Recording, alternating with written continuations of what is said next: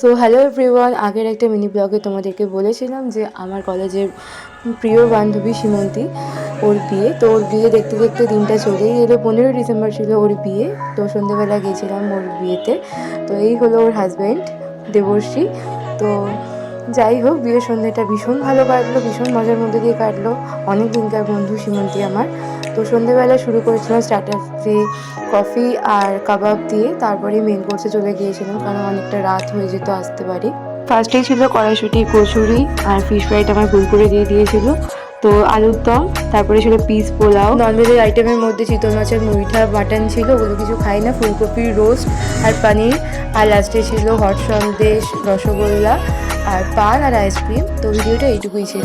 আর ভিডিওটা ভালো লাগলে do like, comment, share and subscribe করতে ভুলো না। দেখা হচ্ছে নেক্সট ব্লগে।